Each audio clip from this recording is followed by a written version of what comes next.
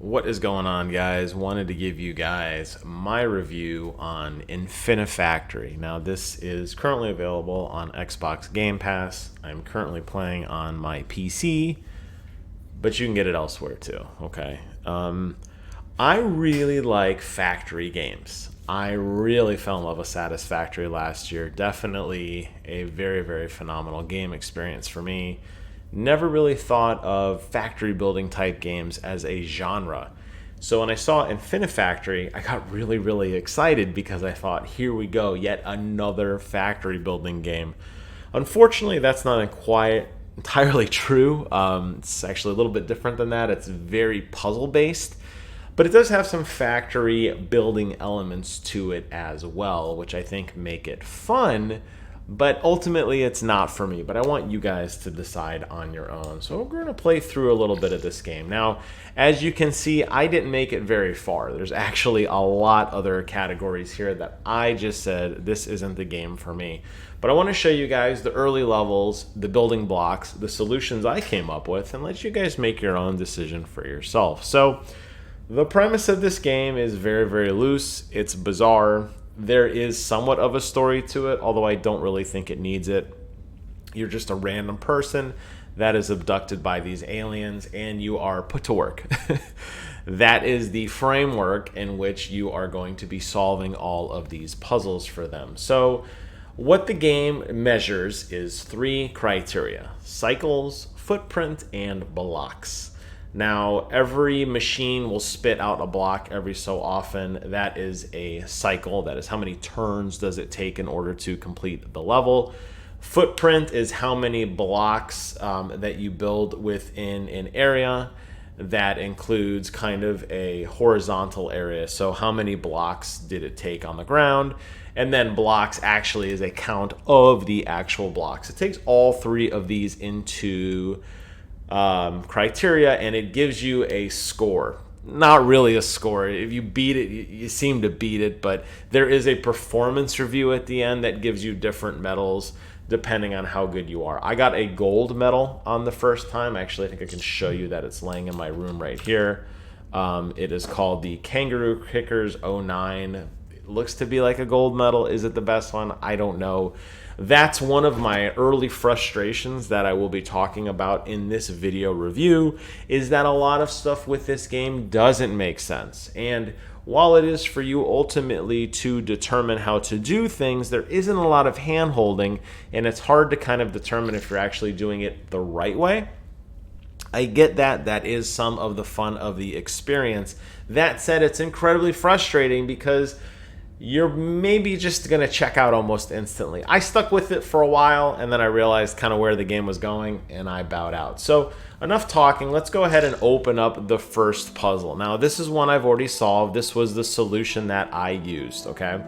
And what the objective is you see here, there are blocks coming out of this machine that are, there's a block, and then there's a square block inside of it. Over here, you have a solid gray block with just a regular rectangle. And then over here, you have a solid block with a black block filled inside of it. Your objective is, these things are going to start spitting out. The arrow dictates where the blocks are going to go. Your objective is to get those blocks over to here. There's 3 different machines, and you can see here. Oop, I fell off the cliff. That's okay. You got a jetpack, let you fly around, whatever. You have to get 10 of, you see the number 10. You have to get 10 of that block here, 10 of that block here, and 10 of that block here. And you do that by a careful use of these conveyor belts. And as you can see, I've dictated a solution. I'll go ahead and pause it here briefly. I've dictated a solution where the gray blocks come over the top. I'm pointing. You can't see what I'm pointing at. They point and they fall down here. You have these blocks that come over here, and then you have these ones that drop and go along the back line here. So we'll just go ahead and finish playing out this solution. And you can see as I am completing it, the numbers are going down. 4, 3, 2, 1. There's no penalty for feeding more blocks than necessary. You just have to get all 10 inside of each thing. As a result, you get a score. I've already beat this, so I know what my score is going to be. It shows you what you did and what your best was. Well, they're the same because I just did it. And you can go ahead and continue back to your cell and then go on to different challenges. Now, that one is a very simple challenge. And what this game tries to do is it tries to give you a couple new blocks each time to kind of let you experiment with them, to understand how they work. And then it puts you in a bigger puzzle that gets more and more difficult. So sometimes levels will give you things like this, where it kind of gives you a little indication of what you have to do. Here you can see an alien is holding two distinct blocks, then using a welder, they snap together, and then it is one solid piece. And this is where we start to get into more blocks. Now, you can see here that I don't have all of the blocks, and as a matter of fact, I have some of the logic ones from the sensor and the pusher. That's because I've already gone farther than this challenge. So if you wanted to go back and replay the older challenges with the new tool set you have, that's kind of cool. You could tighten up your design if you wanted to. You could see I have a lot of blank blocks under special, under modification, and under logic. That's because I gave up on this game. I didn't finish it. I won't unlock those until I get to those distinct challenges, and I'm not going to. But I wanted to point that out because the game is going to force you to kind of trudge through things, and then once you get better, you're going to get to go back and increase your logic. That is something that I do not like about this game. It's a frustrating element of the game, something that Satisfactory has found a way to work around. You should not be punished early on in a game. If you want to tech up, you should be able to. So on this particular puzzle, what you had to do was there were blocks coming out of each side here, and then you had to drop them down into an area to get welded, and then ultimately to be pushed into the goal here. Now, this is a simple puzzle because everything was uniform. It was simple. Every block was equidistant from the area they needed to be. It's a totally symmetrical map. And what that does is that allows you to do a really simple design like this, where everything falls down, it butts up perfectly, they connect perfectly at the welder, they fall down, not an issue at all. That was a simple introduction into welding, but as you start to get into some of the harder solutions, what you ultimately will find, actually this is another simple welding one, let me back out of this one. What you will find is that the blocks and the outputs of each block are not uniform in their time. And you have to start to create buffers, and you have to start to create stop gaps to allow that to happen. Now, this is because the blocks are all moving. They're dropping at the same time. They're moving through the conveyor belt at the same time. And you'll see what I'm talking about here. So as you can see, I have one block falling down. Look at how long it takes for these other blocks, I'm pointing it on my hand, to fall down here. And in order to make them hit the weld point at the same time, I had to create this somewhat inefficient little racetrack here to allow these blocks to work their way around, such that when this block fell, they lined up at the exact same time to get that weld to move on. This is where the game started to get a little more complex, because you have to start counting things off and timing and say, well, block moves at 1 grid per second. I had to count the number of grids between the two different exit points. As you can see, my score starts to suffer a little bit in some of the cycle things, but it was the best I could do. Now, that is all well and good until you start to get into some of these more advanced puzzles. And this is where I really checked out. You start to get things like pushers and sensors. And ultimately, you end up doing something like this. I believe this is the one where I said I was pretty much done. No, this wasn't it. It was actually the last one. This is when I said this game is just, it's a little too abstract for me. This took me a long time. I did actually solve this on my own. I said I was done here. Now, most other factory building games will give you tools like splitters, which is a very common thing. So a block comes in, one goes to the left, one goes to the right, you're able to split. You could start figuring out your timing of how long things take to split from there, and that allows you to take one single entry into multiple outputs. When I saw this puzzle and I realized I didn't have a splitter, maybe you get one later, I don't know, but at this point of the game, I was forced to use the tools I had available. Without a splitter, this becomes a very convoluted logic puzzle, one more difficult than it needed to be. And what you have to do here is you only have one output, which is this coil piece that comes down here, and you have to feed two separate different pieces. One where the coils are 3 wide and one where the coils are 2 wide. Now, the problem with that is if you just started to make 3 wide coils, you would never ever get to the 2, and vice versa. If you went from 2, you would never get to the 3. So what I had to do was, this poor guy here gave up.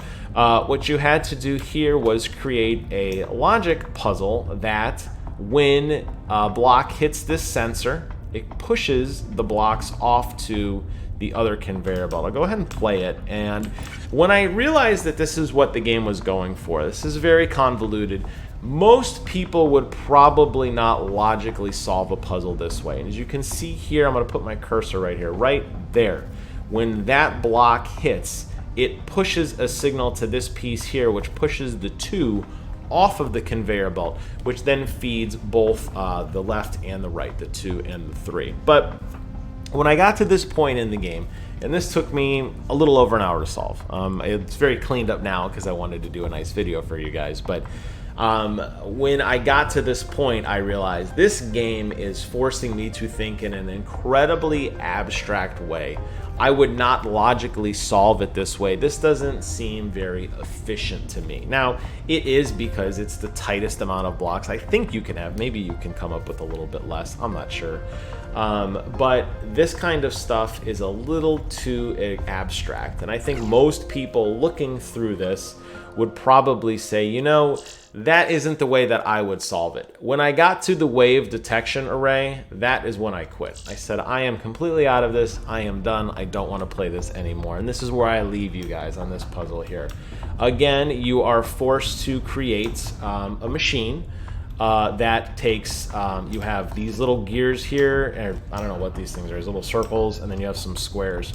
And you have to make 2 sets of them, identical, in 2 separate parts of the map.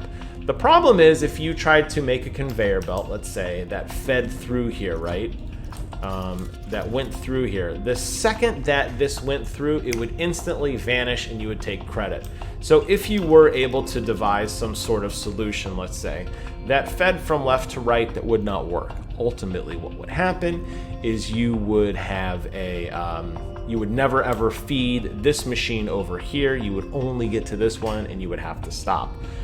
Now, you could probably do some sort of logic puzzle where it pushes something and you would have maybe some sort of contraption over here and then another one over here where you're, after it hits 2, maybe it pushes out of the way, and that's how you can sort of toggle it.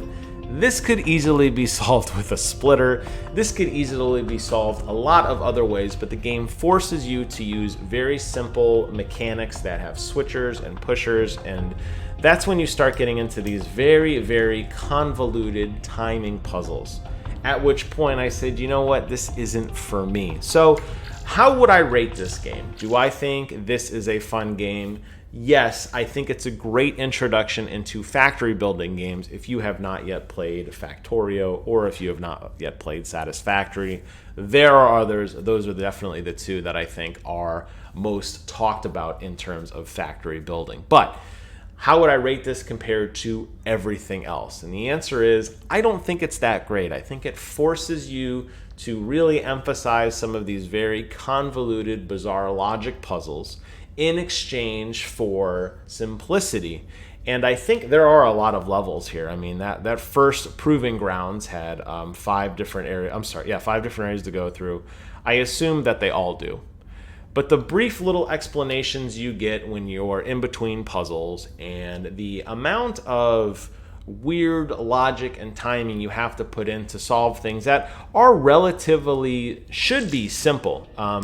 Taking one input and creating 2 different outputs should be a relatively simple thing. But the fact that this kind of conveyor belt took me so long to put together, and I really had to kind of force myself to think way outside the box in a place that I didn't really want to be. I think the title is very misleading here. This is a very weird logic that they want you to kind of put yourself into. So for me, it's a hard pass, but you know what? It was a Game Pass game. It killed an afternoon. It was an experience that I enjoyed.